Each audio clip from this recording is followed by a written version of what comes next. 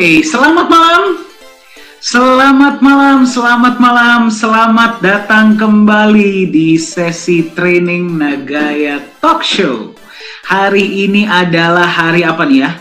Hari Rabu. Hari Rabu waktu menunjukkan pukul 7 lewat 7 pas ya. 19.00 WIB. Dimanapun Anda berada, saya doakan Anda sehat selalu, sukses selalu, ya, selalu diberkati, dan selalu diberikan kesejahteraan bersama Nagaya. Amin. Oke, selamat datang bagi Anda yang setiap hari Rabu, Jumat selalu menghadiri sesi Nagaya. Saya ucapkan terima kasih. Ya, bagi Anda yang pertama kali hadir di sesi Nagaya, saya ucapkan selamat datang di keluarga besar Nagaya. Oke, ya, sebelum saya mulai sesi hari ini, izinkan saya memperkenalkan diri, nanti Anda yang memperkenalkan diri, ya. Ya, kan katanya kan tak kenal maka tak sayang, betul ya? Oke, ya, salam kenal, nama saya Dani, saya dari manajemen Nagaya. Ya, tugas saya adalah seperti ini ya, ngoceh hampir setiap hari. Ya, sekarang sudah tiada hari tanpa Nagaya. Nah, jadi saya kebetulan diberikan mandat ya untuk berbagi informasi mengenai Nagaya kepada sebanyak-banyaknya individu di luar sana, masyarakat di luar sana, termasuk Anda. Kami harap sesi ini dapat bermanfaat bagi Anda ya. Jadi sesi Nagaya ini dibagi dalam beberapa tahap. Setiap hari Rabu biasanya kita gunakan untuk training. Kenapa? Gara-gara kita mau Anda sebagai holder Nagaya, berapapun Nagaya yang Anda pegang, kami mau Anda mendapatkan ilmu-ilmu selengkap mungkin, semaksimal mungkin agar Anda mengetahui aset apa yang Anda pegang. Ya, itulah kenapa kami mengundang banyak narasumber-narasumber yang pakar ya di tempatnya, pakar di apapun yang mereka lakukan, holder-holder Nagaya yang sudah sangat mencintai ya menyayangi Nagaya, yang sudah bersemangat bersama Nagaya. Kami undang agar mereka juga bisa berbagi ya, terutama bagi Anda yang masih mempelajari apa itu Nagaya. Termasuk hari ini narasumber kita sangat luar biasa, dua narasumber kita ini luar biasa sekali, nanti akan kami perkenalkan. Yang pasti kami harap Anda akan belajar banyak hari ini. Oke, selamat malam.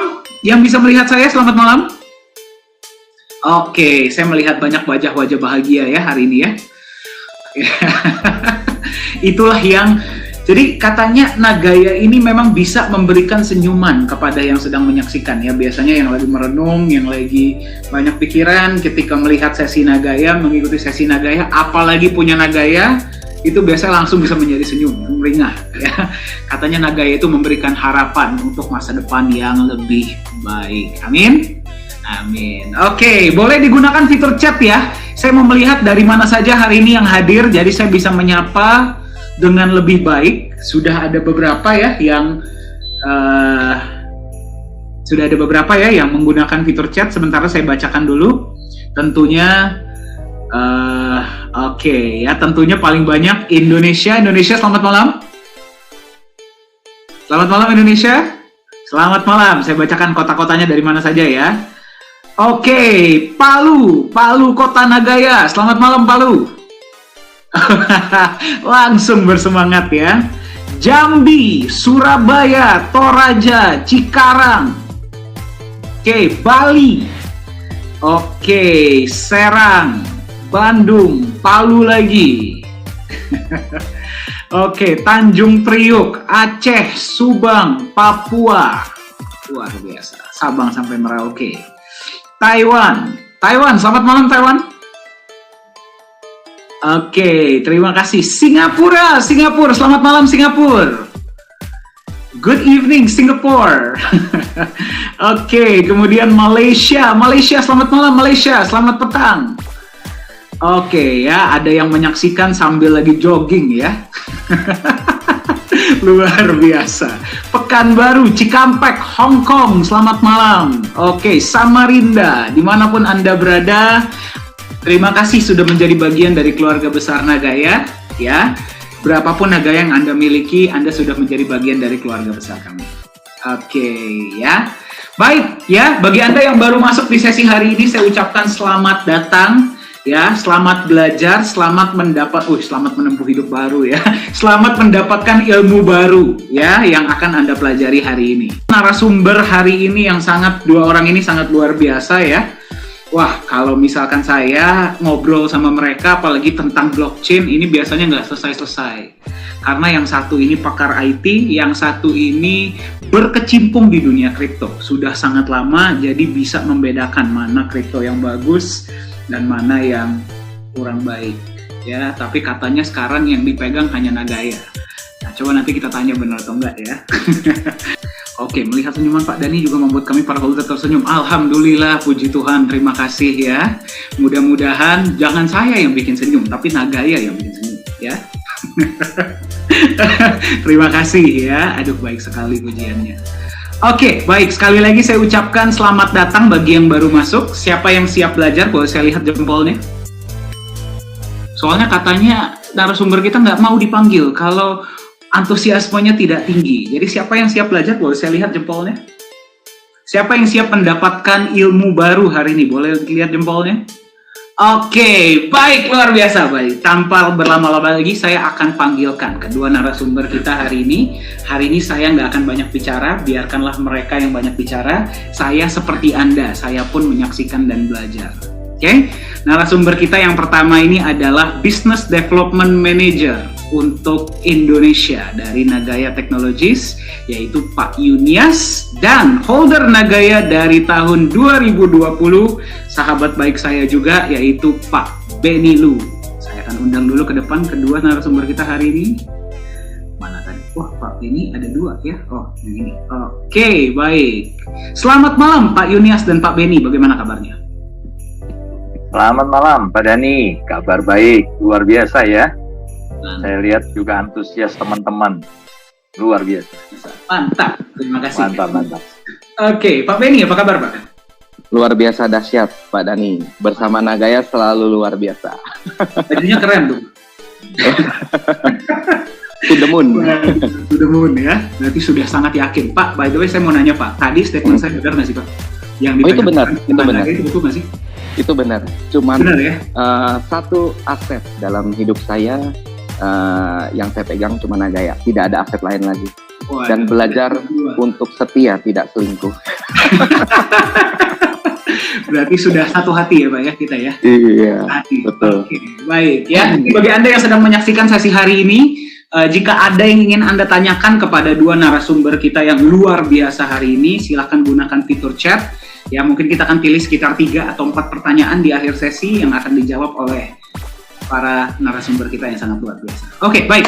Ya, mari kita mulai sesi hari ini. Nah, sebelumnya saya ingin bertanya ya kepada, saya ingin perkenalkan dulu Pak Yunias ini sekarang sudah menjadi bagian dari manajemen saya. Beliau punya background di dunia IT. Sementara Pak Benny ini adalah seseorang yang sudah berkecimpung di dunia kripto sudah sangat lama. Ya, banyak kripto yang dipegang, tapi sekarang Anda sudah dengar sendiri ketika sudah kenal Nagaya sudah tidak menjual.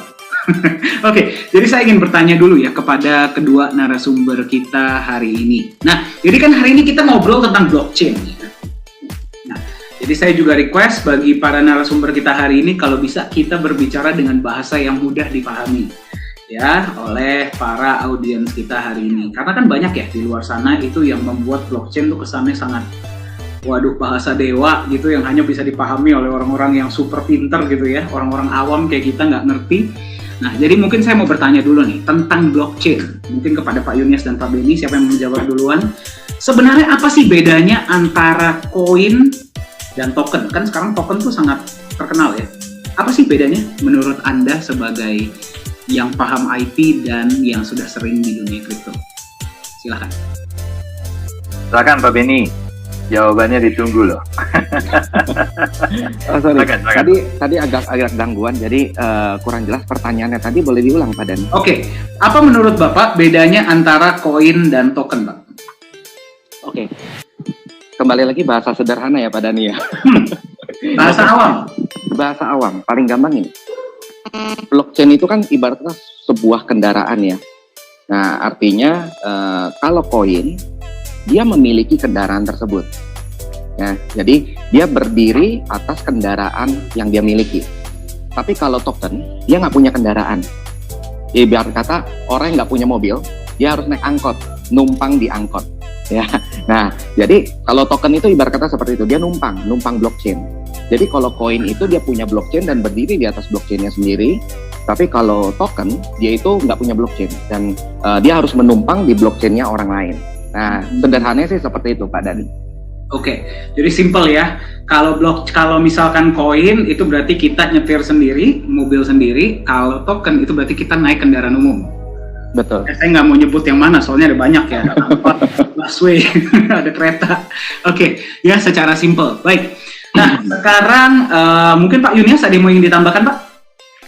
Wah, itu jawaban Pak Beni sangat lugas ya. Apalagi tadi disampaikan dengan perumpamaan blockchain itu seperti orang yang mengendarai kendaraan sendiri. Menurut saya sih itu sangat mudah untuk dipahami. Ya, dan itu benar sekali. Jadi perbedaan antara blockchain dengan token ya pada prinsipnya itu ya. Jadi kalau blockchain itu sudah pasti kalau koin itu sudah pasti sesuatu yang dijalankan di atas blockchain-nya sendiri ya. Jadi sebelum koin itu mulai bisa dijalankan, sudah bisa dibuat ya, maka yang harus disiapkan oleh developer adalah blockchain-nya tadi ya. Nah, sedangkan token itu sangat mudah. Jadi kapan saja bisa di-create ya, sampai bahkan jumlahnya unlimited. Ya, dia bisa buat sebanyak-banyaknya dan itu hanya menumpang. Ya, hanya menumpang saja. Jadi sangat mudah.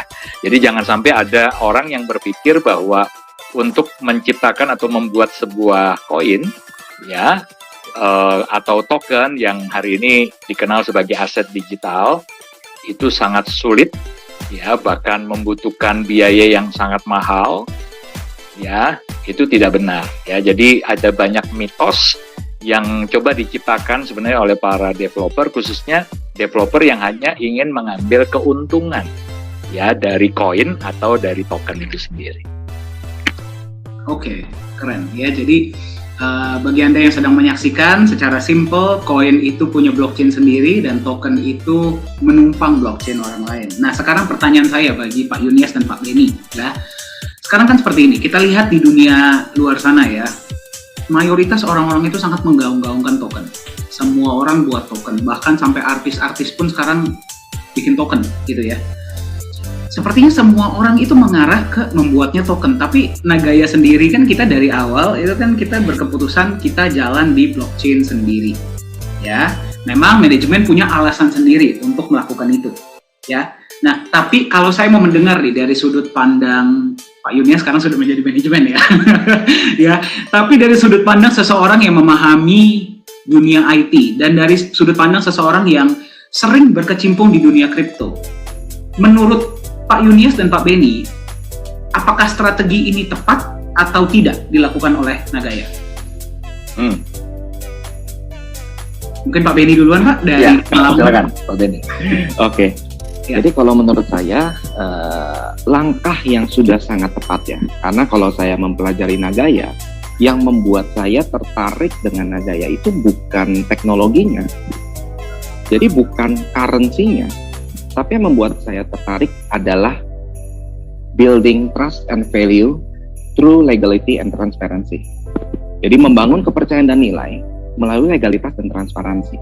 Nah, kalau kita berbicara mengenai kepercayaan, apa yang menjadi sebuah dasar kita bisa percaya sedangkan sesuatu yang kita percaya ini masih numpang, masih nebeng. Nah, artinya menjadi tanda tanya atau question mark yang sangat besar. Ini beneran nggak sih mau serius? Kenapa sih kok nggak punya blockchain? Kok harus pre-sales dulu? Kok harus mulai dari mungkin token dulu, gitu ya, numpang dulu? Kenapa nggak langsung bikin blockchain aja? Nah, kalau memang untuk long term. Nah, tapi kalau saya melihat Nagaya ini kan strateginya sudah tepat. Kenapa? Karena sudah mempersiapkan terlebih dahulu. Dan kalau dari pengalaman saya pribadi, baru ini yang saya ngelihat ya, artinya koin ya, istilahnya pengikutnya Bitcoin. Ya, kalau Bitcoin kan kita tahu, blockchain-nya sudah ada dulu, ya kan? Baru segalanya mengikuti. Nah, tapi pengikut-pengikut di belakang ini kan mereka menconteknya nggak 100%. Ya. Yang mereka contek kan beberapa persennya doang. Nah, salah satu yang tidak mereka contek adalah membuat blockchain-nya dulu. Nah, tapi ini dilakukan oleh Nagaya, membuat blockchain-nya dulu, baru melakukan pre-sale. Nah, habis itu baru langkah berikutnya masuk ke market. Nah, kalau menurut saya ini langkah yang sudah sangat tepat dan strategi yang sudah sangat jitu ya. Karena apa? Karena kalau kita mau fokusnya kepada kepercayaan, maka kita harus bermain di sisi yang dimana orang punya dasar untuk percaya. Nah, tapi kalau misalnya Nagaya mungkin melakukan pre-sales dulu tapi tidak ada blockchain, tanda tanya. Karena banyak sekali koin-koin di luar sana, hampir 95% atau bahkan lebih, mereka belum punya blockchain, tapi sudah pre-sales. Ya. Dan itu kan kita juga tanda tanya, wah ini beneran nggak ya? Ini bakalan punya blockchain atau enggak?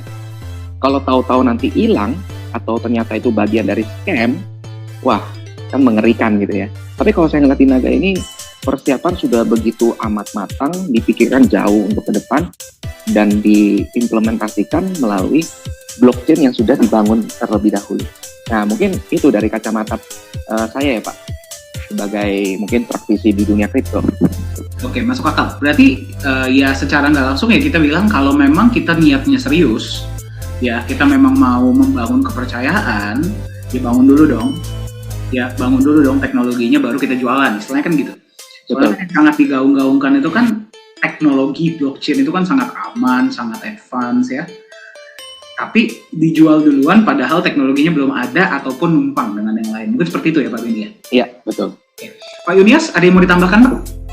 Iya, jadi selain dari sisi keseriusan ya, kenapa Nagaya memilih untuk di tahap pre-sale, kalau biasanya yang di luaran sana kan mereka seperti ada unsur coba-coba dulu ya. Ya, jadi tes market lah begitu ya. Nah, sementara kalau saya lihat Nagaya sendiri dengan memulai tahapan pre-sale itu dengan membuat sistem blockchain-nya dulu, jadi menyiapkan dulu sehingga setiap transaksi itu sudah bisa dipertanggungjawabkan. Integritasnya sudah benar-benar diletakkan di atas blockchain sendiri ya. Jadi semua orang yang bertransaksi bahkan di tahap pre-sale itu sudah bisa memvalidasi ya.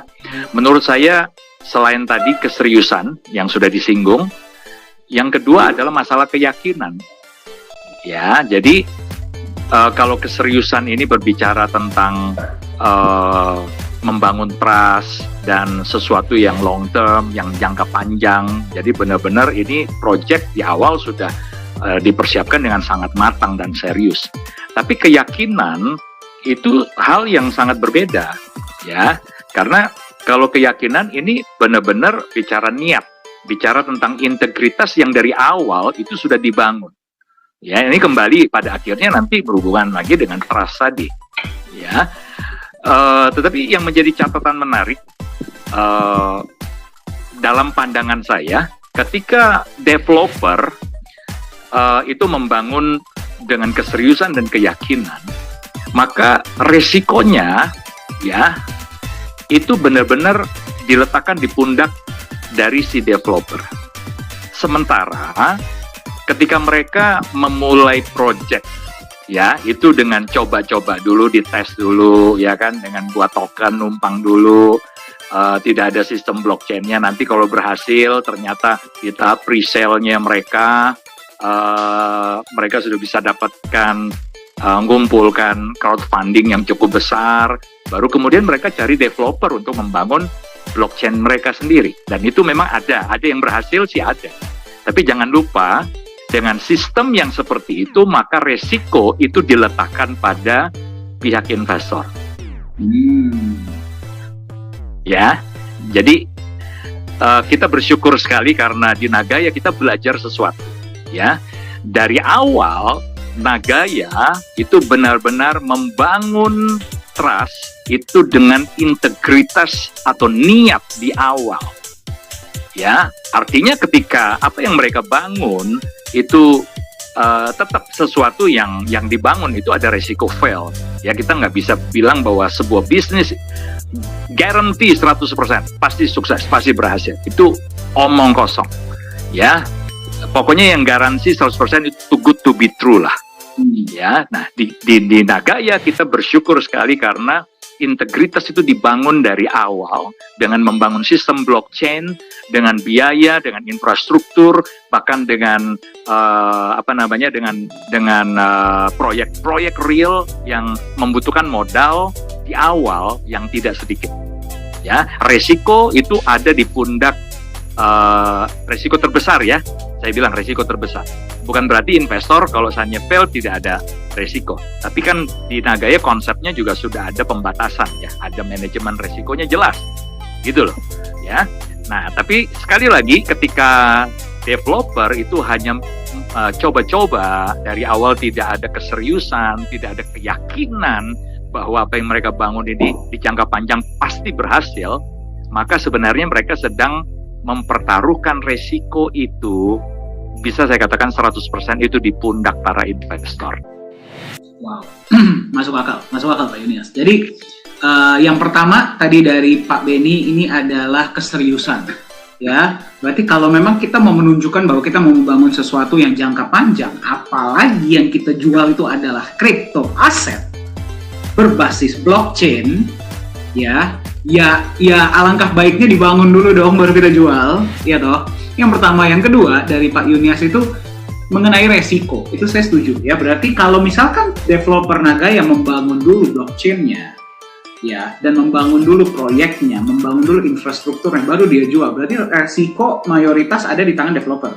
Tapi kalau misalkan Anda beli dulu sebuah barang yang bahkan belum ada barangnya, kumpulin duit dulu, ya, terus kemudian baru dibangun barangnya, kalau sampai terjadi sesuatu ya resiko di investor, karena developer nggak ada resiko dong. Betul ya Pak ya?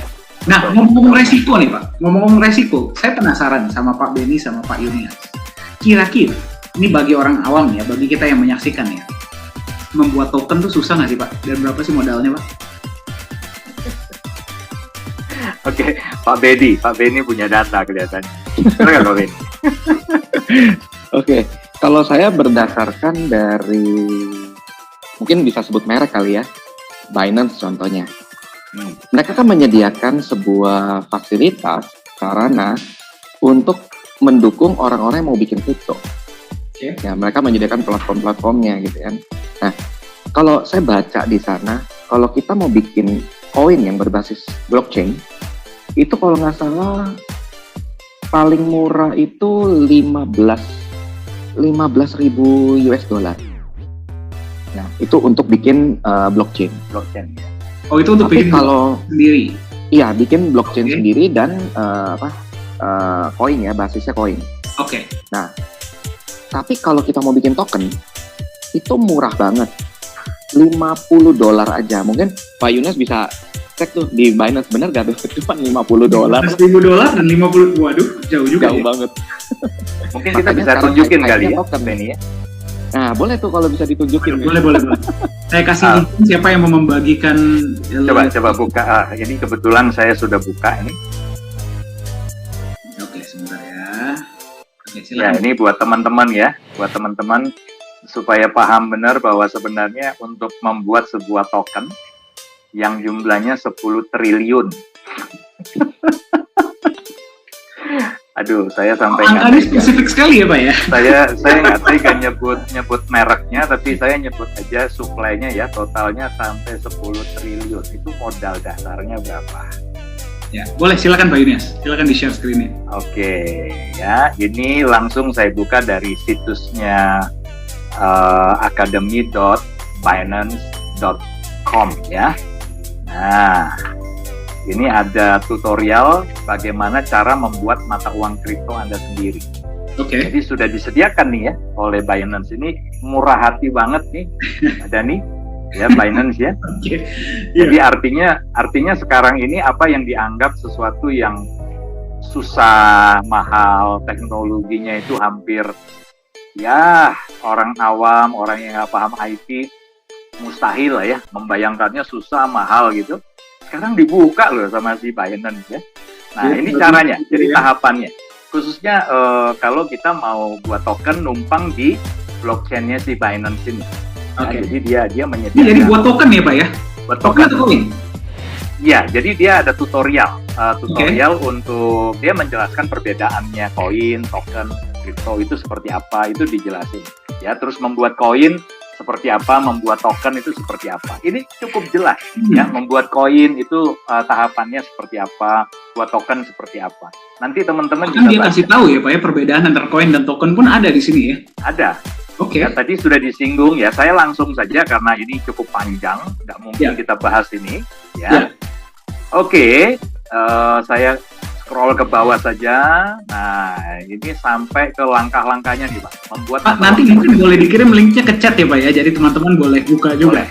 Boleh ya. Jadi ini 6 langkah membuat mata uang kripto sendiri. Nah, ini sudah ada nih. Pilih platform blockchain yang sesuai dan sebagainya. Iya. Mekanisme konsensus, rancang arsitektur blockchain. Wah, lengkap banget. Nah, ya, membuat token BEP, jadi sudah berbasis blockchain-nya si Binance. Nah, tapi yang tadi disinggung, ya, yang disinggung sama Pak Benny tadi harganya, ini langsung aja Pak Benny ya. Kalau nggak salah di paling bawah itu. Ya, paling bawah. Nah, ini paling bawah. Nah, biaya membuat mata uang kripto. Silakan Pak Benny. Tuh, 15.000 kan? Kalau blockchain, tapi kalau token cuma 50. Silakan dihitung Bapak Ibu, $50 itu berapa rupiah? 700.000. 700.000 rupiah. Ini jadi kalau saya mau bikin 10 triliun kayak mau bikin 10 juta itu sama harganya ya? Sama. Waduh. Jadi siapa yang bikin kripto di sini? Jadi gini, Pak Dani dan teman-teman semuanya ya. Jadi sebenarnya ini adalah biaya data. Nah, yang mahal memang untuk bayar maintenance, kemudian juga untuk marketingnya. Marketingnya justru yang lebih mahal. Betul. Ya, untuk masuk ke exchanger, katakan ya, masuk exchanger itu developer kan harus bayar. Betul. Nah itu dia. Tapi kalau kita bicara buat tokennya sendiri, nah ini mau 10 triliun, bayangin ya, 10 triliun dengan modal dasar 50. Atau katakanlah ya Pak Benny ya, anggap aja lah disamain ya, seperti kalau buat blockchain sendiri gitu ya, 15.000 lah modalnya gitu ya, supaya bisa running, sampai bisa masuk exchanger, developer harus menyiapkan 15.000. Itu kan murah banget itu. Tuh, ya, sangat terjangkau. Sangat terjangkau, artinya siapapun sebenarnya bisa kan? Benar ya? Lalu bagi aja dengan 10 triliun token. Waduh. Sementara hari ini dengan modal 15.000 dalam waktu singkat, token artis itu sudah mungkin bisa mengumpulkan penjualan ya, valuasinya mungkin sudah di atas berapa juta US dollar. Bentar, berarti Pak Benny dan Pak Yunias, ini tolong perbaiki saya kalau saya salah ya. Berarti saya tinggal siapkan dana di awal $50 nih, ciptakanlah 10 triliun misalkan ya. Nggak tahu kenapa dari tadi kita menggunakan kata 10 triliun, seolah-olah itu sangat spesifik ya. 10 triliun gitu misalkan ya, ciptakanlah ya, terus kita jual. Tadi Pak Yunias menyebut sesuatu yang sangat menarik Pak Benny. Itu berarti modal untuk marketing lebih besar daripada modal untuk bikin koinnya, bikin tokennya. Betul. Jadi kita siapkan modal, taruh misalkan $15.000 gitu ya. 200 juta deh ya, 200-300 juta. Marketing, create hype ya, ciptakan hype. Beli koin dapat mobil Tesla. Bayar influencer, Pak. Nah, itu kan kenapa saya menyebutnya Tesla ya. Kok kayaknya spesifik sekali, tapi ya sudahlah, misalkan dapat mobil gitu ya. Orang beli dong dengan harapan bahwa suatu saat harga koinnya ini akan naik.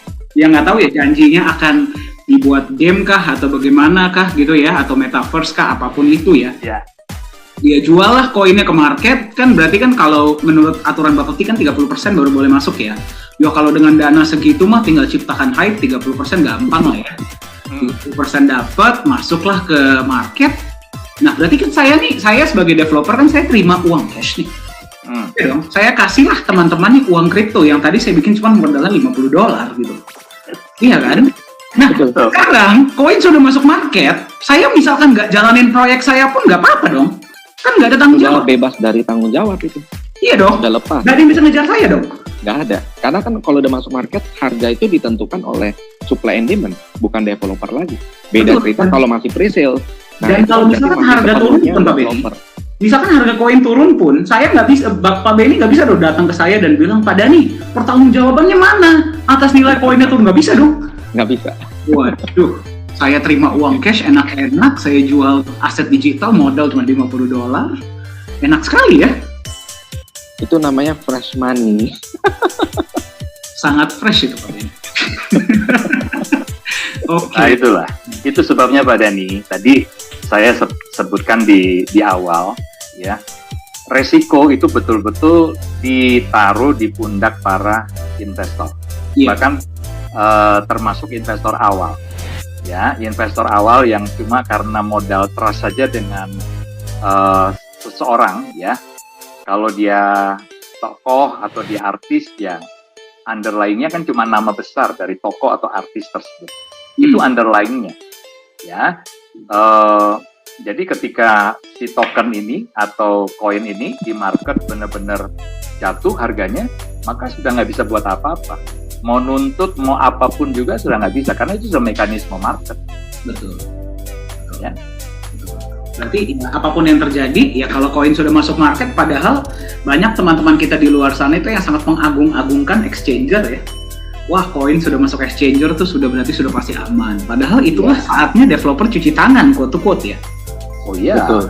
makanya mereka mencoba-coba Pak, dengan modal yang sangat murah, mereka buat 10 triliun token. Ini kan sebenarnya project spekulasi Pak. Kalau sukses ya everybody happy, termasuk developer, ya termasuk investor. Tapi ketika token ini failed atau koinnya failed, maka satu-satunya yang harus menanggung kerugian itu adalah para investor.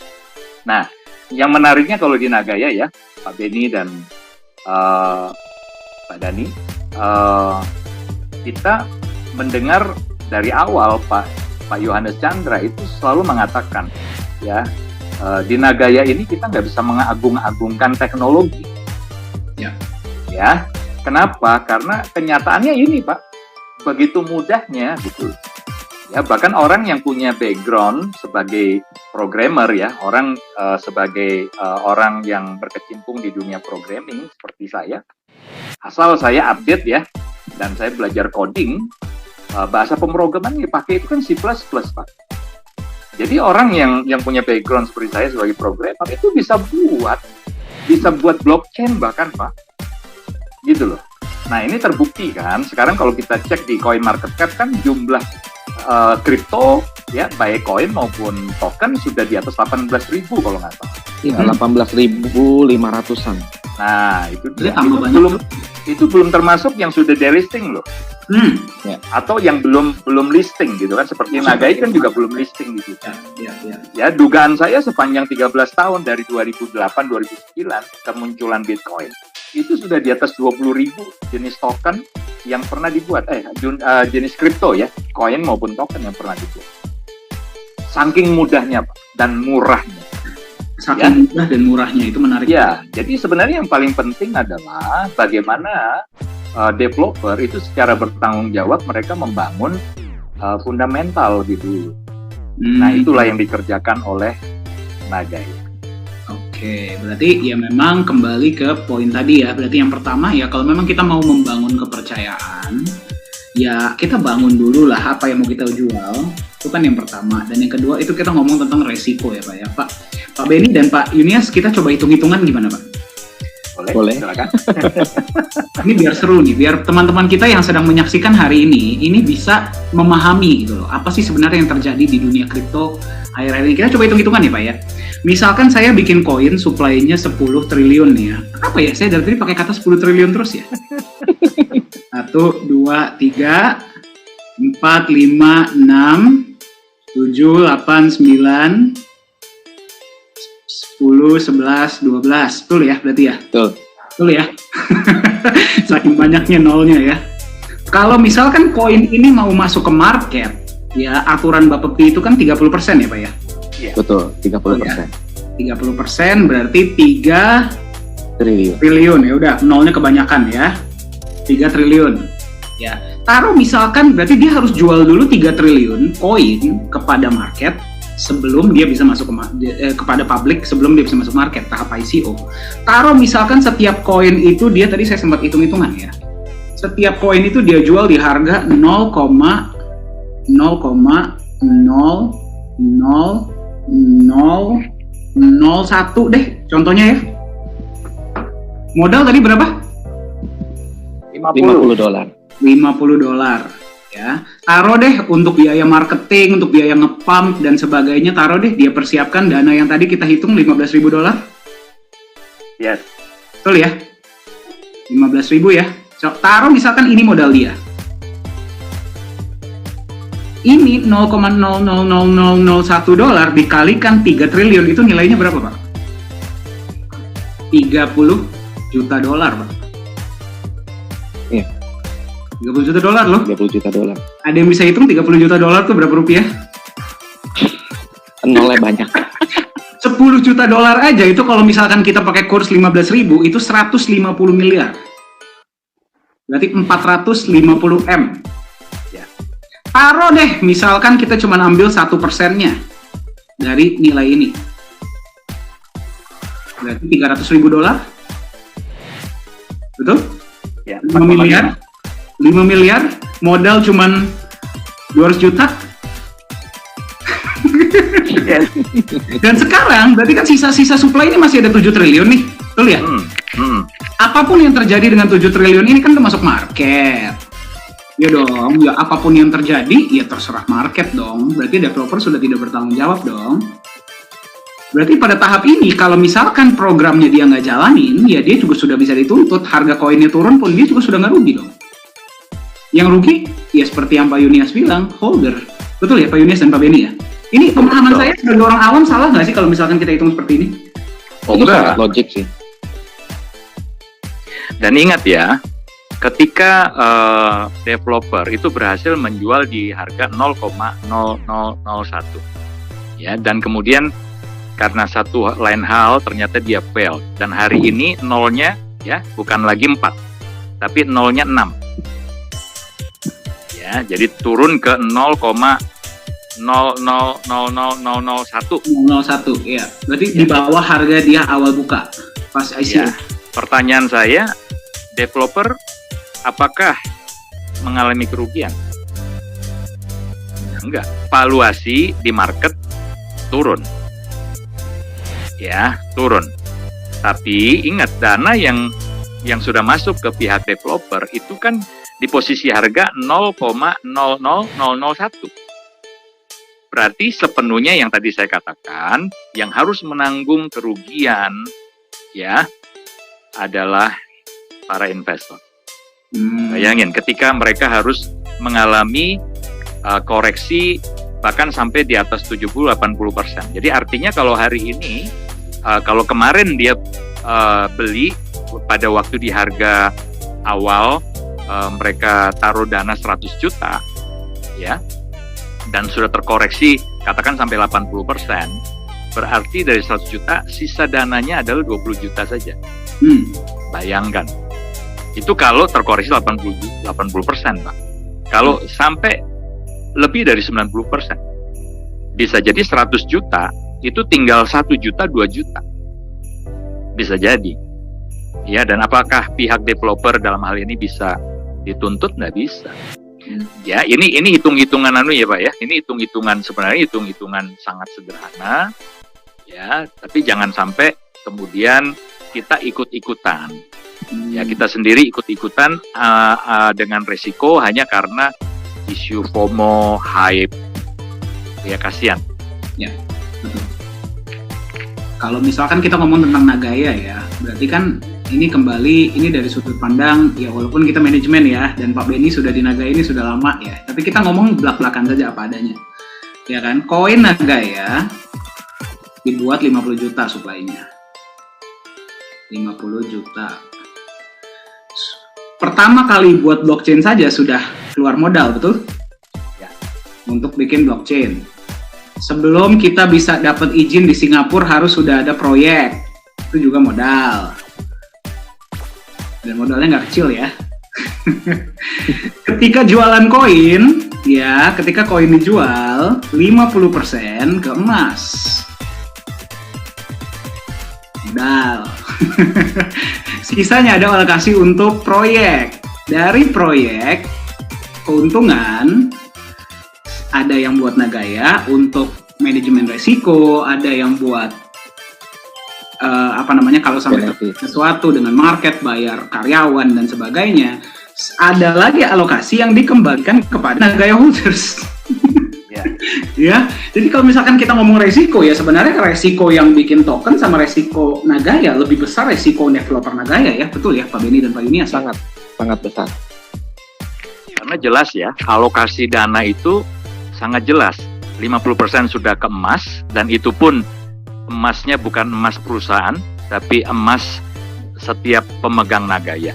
Ya, proyek yang dijalankan 35% kurang lebih ya alokasi untuk menjalankan proyek, benefitnya dikembalikan ke pemegang Nagaya. Betul. Keren banget. Sementara developer yang lain, dana yang mereka sudah dapatkan itu nggak jelas. Mereka alokasi untuk apa nggak jelas. Proyek-proyek yang mereka kembangkan juga sebenarnya bukan proyek-proyek yang yang bisa sebanding dengan nilai yang mereka berhasil kumpulkan dari dana masyarakat tersebut.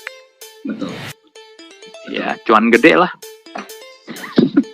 Bukan cuan gede lagi Pak Yunia. Karena kalau kita bicara yang tadi yang 10 triliun, itu kan sudah terjual tuh, katakanlah 30% karena dia udah masuk market ya. Cuman kan kita nggak tahu ya validasinya gimana. Bener gak gitu kan. Nah, anggaplah sudah terjual 30%. Berarti kan tadi sesuai hitungan sudah dikantongin sekian miliar ya oleh si developer sendiri.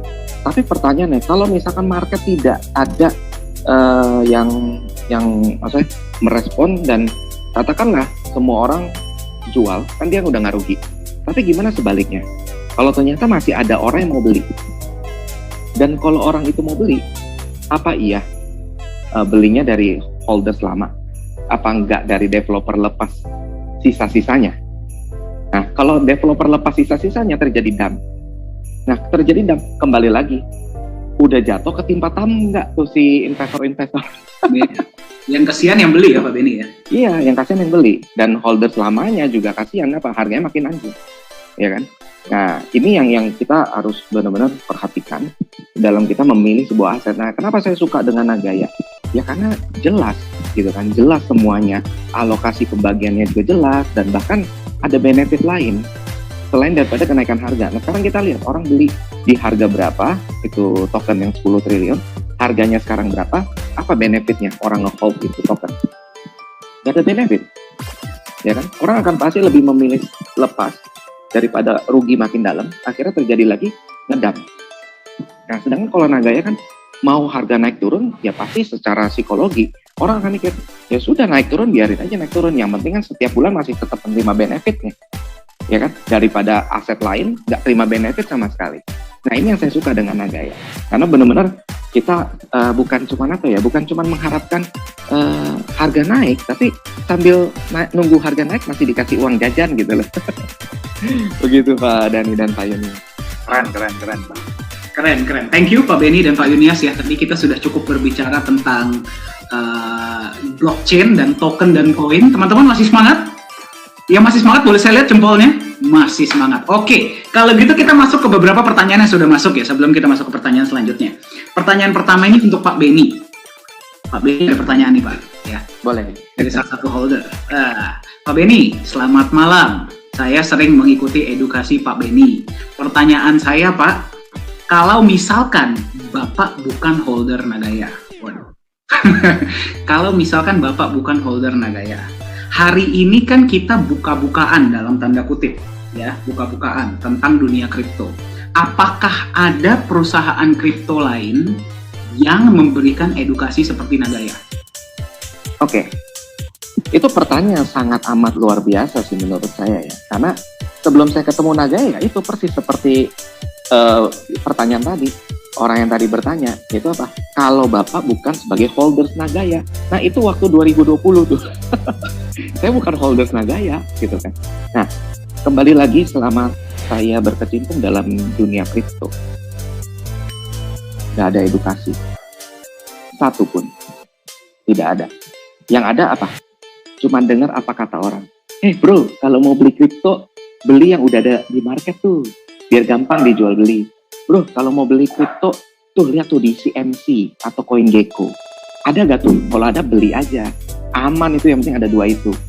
Saya cuma dengerin orang ngomong gitu, percaya aja dan beli, tahu-tahu rugi gara-gara yang saya beli scam. Padahal top 5 di coinmarketcap.com ada di belasan exchanger. Gone. Sampai sekarang juga lenyap. Mungkin boleh. Nah, jadi kalau edukasi seperti Nagaya pertama dalam sejarah saya temuin. Dan ini yang saya suka. Kenapa? Karena kita mengedukasi orang cerdas supaya biarin kita aja nih yang jadi korban, tapi orang lain jangan yang berikutnya. Kita menyelamatkan banyak orang. Nah, itu yang saya suka di Nagaya, edukasinya. Terima kasih Pak Benny. Ini nggak scripted ya Pak ya? Ini apa adanya. Betul. Oke, thank you Pak Benny ya atas jawabannya. Keren banget. Jadi tadi sepertinya tuh yang disebut tuh yang top 5 saya kayaknya kenal Pak, tapi kita nggak usah sebut nama kali ya. Sakit hati Pak. Iya, sakit hati banget soalnya. Ya, jadi memang ini belum ada ya, karena memang mayoritas token-token koin-koin di luar sana yang mereka jual itu adalah hype. Ya, berarti yang mereka jual ini adalah emosi. Jadi Anda beli itu tidak berpikir logika, emosi, hajar aja beli. Ya, biasanya menyesalnya kemudian. Ya, jadi memang Nagaya ini seperti pesawat ya Pak Benny ya, kita ngelawan arus. Betul. Oke, thank you. Pertanyaan selanjutnya untuk Pak Yunias. Pak Yunias, selamat malam. Menurut Bapak, apakah semua token itu jelek dan apakah semua koin itu bagus? Oke. Aduh, saya mesti jawab apa ini ya? Oke, saya harus ngomong apa adanya ya. Jadi sebenarnya terus terang saya skeptis untuk semua yang namanya aset kripto. Ya, skeptis untuk semua. Ya, itu mau koin maupun kripto.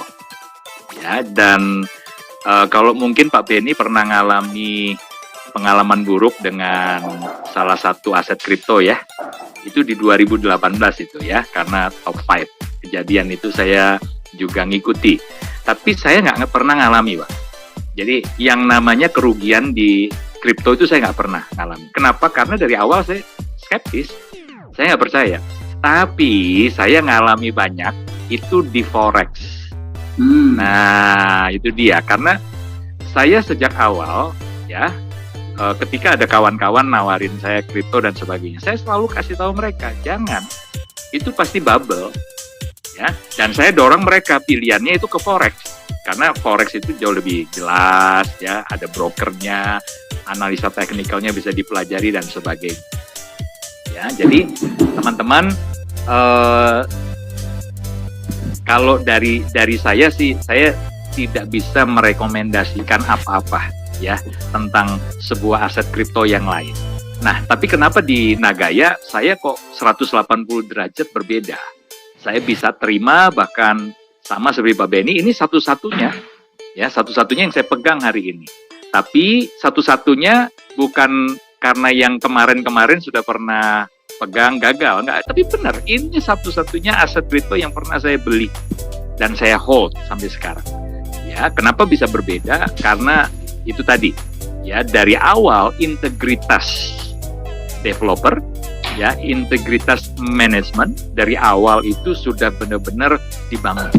Ya, trust-nya itu dibangun dengan benar. Konsepnya bagaimana dia menjadikan aset ini bernilai. Ya, sementara yang lain-lain, token maupun koin yang lain, saya nggak menemukan alasan bagaimana ya sebuah angka digital itu kok hari ini Anda berani bayar dengan harga 47.000 US dollar. Bagi saya nggak make sense.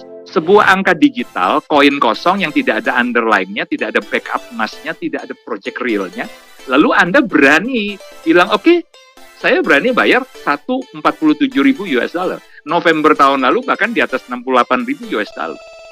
Buat saya itu spekulasi tingkat dewa. Nah, itu dia. Tapi sekali lagi, itu opini saya, pandangan saya. Tapi Anda yang berpikir bahwa dia sudah punya, ambil contoh mother of crypto ya. Mother of crypto, dia sudah punya market cap yang sangat besar, valuasi yang sangat besar di market, kemudian dia punya komunitas juga yang sudah besar, dan Anda berpikir bahwa itulah underlying-nya. It's okay, ya. Jadi saya tidak berani mengatakan semuanya jelek, ya, karena dari sudut pandang mana Anda menilai. Tapi kalau saya punya pandangan seperti itu, ya semoga bisa menjawab. Oke, baik. Ya, suara saya kan masih kedengaran ya sampai sekarang ya? Terdengar jelas. Oke, baik. Pertanyaan selanjutnya Pak, ini ada di chat ya, untuk Pak Benny lagi. Oke, pertanyaan untuk Pak Benny seperti ini Pak. Pak Benny, bagaimana caranya Bapak memvalidasi bahwa Nagaya benar-benar punya blockchain? Oke. Cara saya memvalidasi sebenarnya simpel sih. Yang dilakukan oleh orang rata-rata yang notabene adalah berkecimpung dalam dunia kripto yang sudah cukup lama, artinya sudah kena asam garamnya lah ya. Nah, caranya paling simpel. Untuk memvalidasi blockchain, yang namanya blockchain, artinya kan visi utama dibuatnya kripto itu kan sebagai peer-to-peer electronic system. Berarti identik dengan peer-to-peer. Ya. Nah, cara ceknya dia punya blockchain atau enggak, tes peer-to-peer. Bisa nggak peer-to-peer? Kalau dia nggak bisa peer-to-peer, tanda tanya.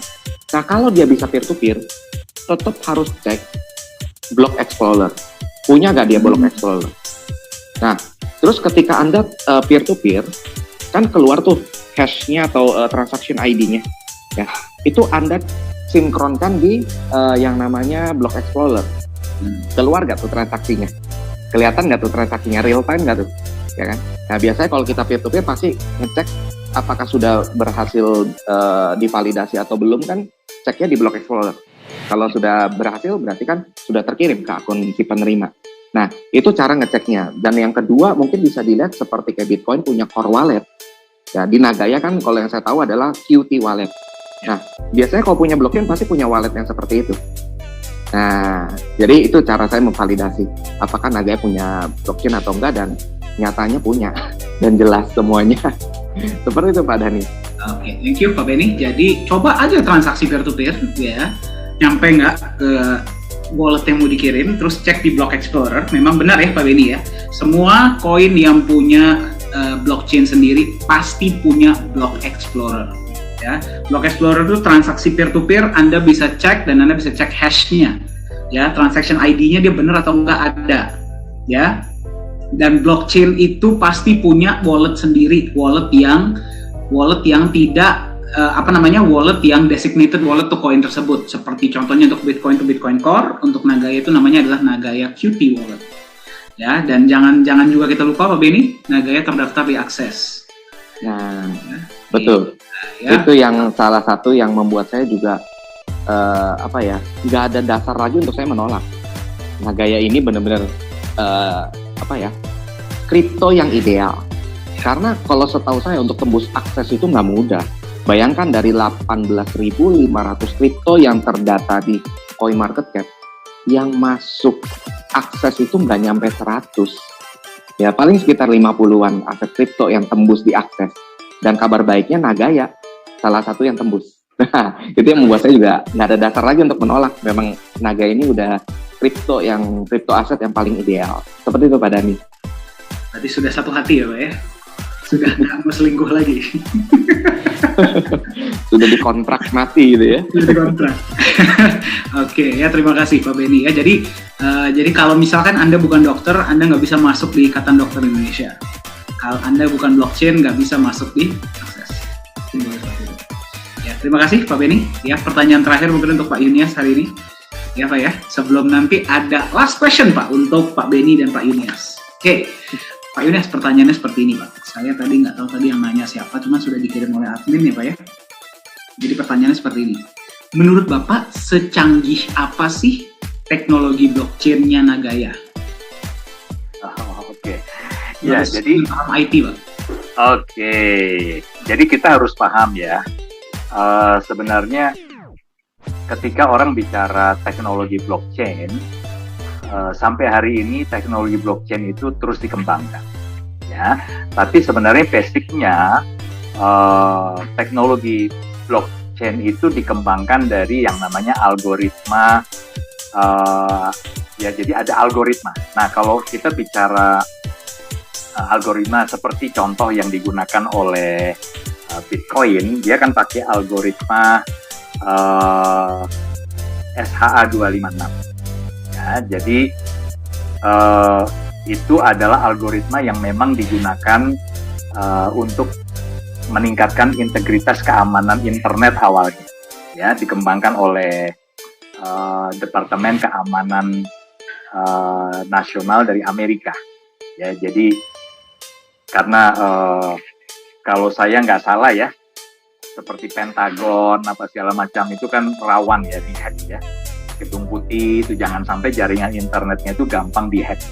Nah, jadi SHA-256 ini dikembangkan Pak oleh Departemen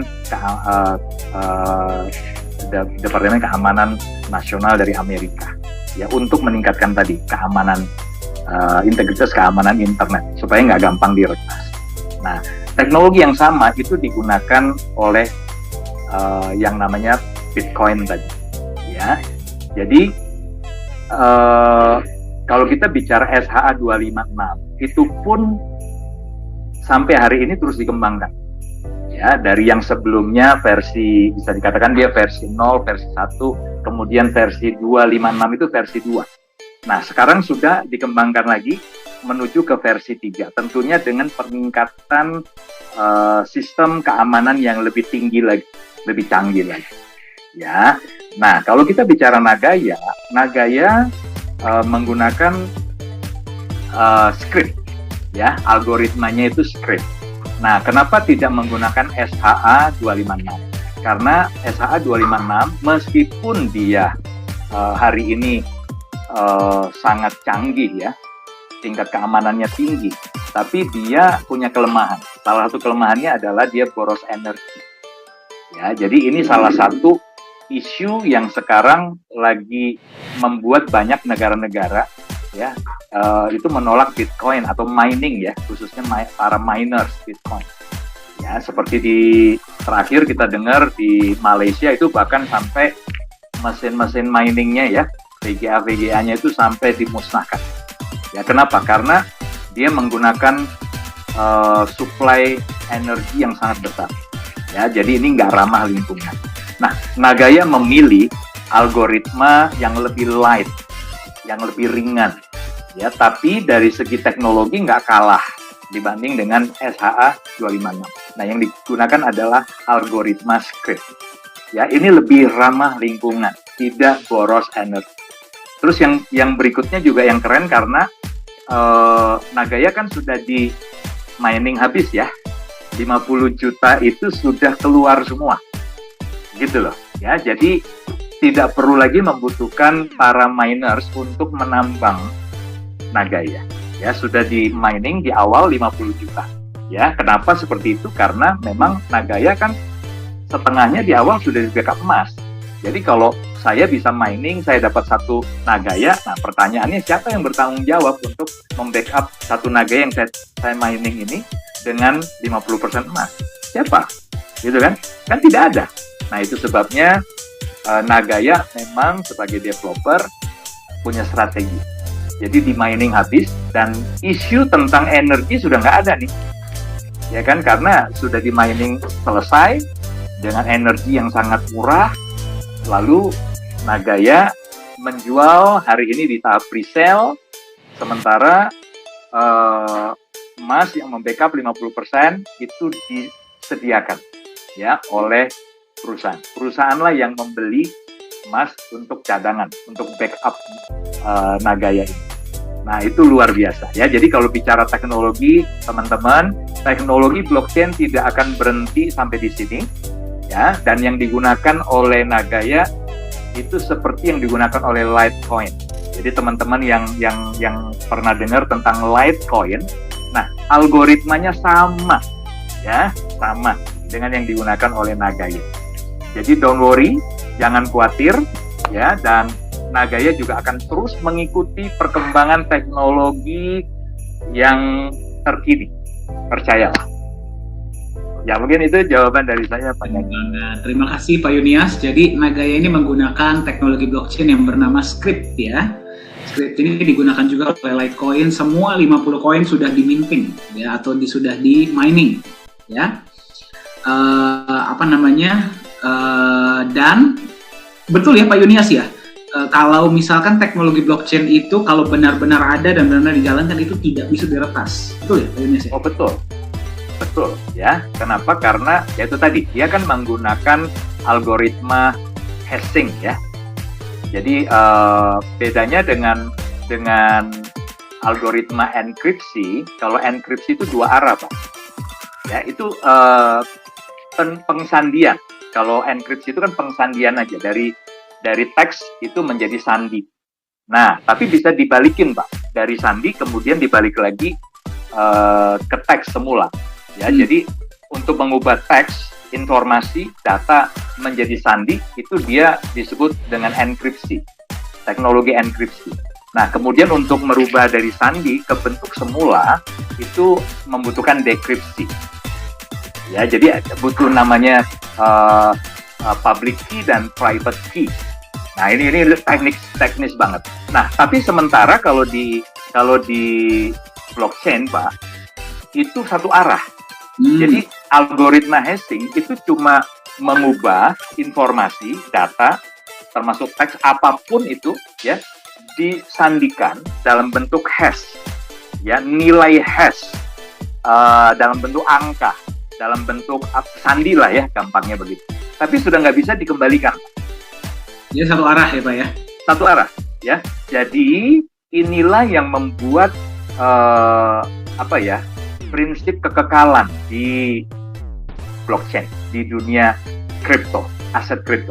Ada prinsip kekekalan, tidak bisa diubah lagi. Sekali sudah dirubah ya dalam bentuk hash, maka nilai hashnya ini sudah tidak bisa diapa-apakan lagi. Ya, bagaimana kalau seandainya ada yang mencoba untuk meretas, mengubah? Nah, ketika merubah satu data atau satu hash, itu akan berdampak, dia harus mengubah semuanya. Nah, itu dikenal dengan konsensus tadi ya, 50+1. Itu di jaringan blockchain itu harus memenuhi 50+1% dari data yang berhasil dihack. Baru itu dianggap valid. Kalau enggak, ya sudah, dipotong. Oh, dianggap berarti kalau dia nggak 51%, berarti dia itu dianggap seperti, wah ini mencoba nge-hack dan akan dihilangkan berarti ya Pak ya? Dipotong, Pak. Okay. Jalurnya itu dipotong, jadi sudah nggak akan pernah bisa terjadi. Ya, jadi inilah yang menyebabkan kenapa blockchain itu powerful, ya, dan menjadi salah satu alternatif untuk bicara dari sisi keamanan. Oke. Nah, saya sudah lihat banyak yang mulai bingung ya. Banyak yang sudah mulai ngeblank. Tapi intinya berarti aman ya Pak ya, blockchain itu ya Pak ya? Sangat aman. Sangat aman. Oke. Kalau misalkan berarti ada koin-koin yang mengaku tiba-tiba hilang gitu ya, itu berarti bukan dari blockchainnya tapi dari developernya. Jangan salahin blockchainnya gitu ya. Betul ya Pak Benny dan Pak Yunias ya? Sangat betul. Betul sekali. Baik, keren banget ya. Hari ini kita sudah berbicara selama hampir 1 jam ya, bareng-bareng tentang blockchain, bedanya koin dan token. Kita tadi sempat berbicara juga tentang fenomena ya, beberapa token-token di luar sana dan sebenarnya mekanismenya seperti apa ya. Saya mau tanya nih, bagi Anda yang sedang menyaksikan sesi hari ini, ya, yang sedang mendengar suara saya dan sedang menyaksikan, siapa yang mau ada sesi blockchain lanjutan? Boleh tolong angkat tangan? Kita bahas tentang topik lain. Siapa yang mau? Waduh, pada angkat tangan semua. Coba saya lihat siapa saja. Nah, Pak Yunias dan Pak Benny, mohon maaf sudah nggak bisa nolak ya, karena demand-nya sudah ada. Jebakan Batman. Saya nggak nanya mereka dulu, saya langsung tanya Anda. Karena kalau Anda bilang mau, mereka nggak bisa nolak. Oke, ya mungkin boleh tolong dikirimkan. Tadi saya sudah sempat kirim survei, sebuah pertanyaan. Untuk topik selanjutnya tentang blockchain, kalau misalkan kita nanti, bukan kalau ya, ketika kita adakan lagi bersama dua narasumber kita ini, apa yang ingin Anda pelajari tentang blockchain? Ya, boleh tolong dikirimkan via chat. Pak Yunias dan Pak Benny siap ya diundang lagi. Untuk Ya, episode sebenarnya saya boleh usul nih sebuah topik nih. boleh, Next silakan Pak topik Yunias. ya. Jadi kita mau kasih PR nih ya buat Pak Benny ya. Aduh, Jadi nanti Pak Benny harus siap ya. Mungkin next topik kita bisa bicara kiat-kiat memilih kripto aset terpercaya lah. waduh, mantap. Siapa yang setuju? Pak Benny mohon maaf, sudah pada setuju ya. Berarti kita harus persiapkan. Oke, baik. Ya, berarti nanti kita akan adakan blockchain talk, Nagaya Talk mengulik blockchain episode kedua. Ya, topiknya tadi sudah dipropose, kiat-kiat memilih aset kripto yang baik dan benar, tapi nanti akan kita kabarkan apa topiknya ya. Tapi Pak Yunias dan Pak Benny setuju ya kalau kita undang kembali untuk berbagi kepada holder-holder. Setuju. Sangat baik. Pak Yunias dan Pak Benny, terima kasih banyak ya sudah berbagi hari ini. Memang kita nggak panjang-panjang agar para holder yang pertama bisa mendigest apa yang mereka terima hari ini, dan yang kedua agar penasaran Pak untuk sesi selanjutnya. Setuju. Tadi ada banyak pertanyaan ya, mohon maaf yang belum terjawab karena keterbatasan waktu. Boleh kontak kami di manajemen, kami akan membantu menjawab, atau kontak yang memberikan Anda informasi tentang Nagaya agar Anda bisa mendapatkan informasi lebih lanjut mengenai apa itu Nagaya, bagaimana cara kerjanya, cara daftar, cara beli, dan bagaimana caranya Anda bisa berpartisipasi di Nagaya. Oke, baik ya, mungkin itu saja untuk sesi kita hari ini. Pak Benny dan Pak Yunias, terima kasih sudah berbagi ya kepada para holder hari ini. Ya, kita akan bertemu lagi di sesi Nagaya Talk membahas tentang blockchain selanjutnya ya. Silakan hubungi yang memberikan Anda informasi tentang Nagaya untuk Anda bisa mendapatkan informasi yang Anda butuhkan.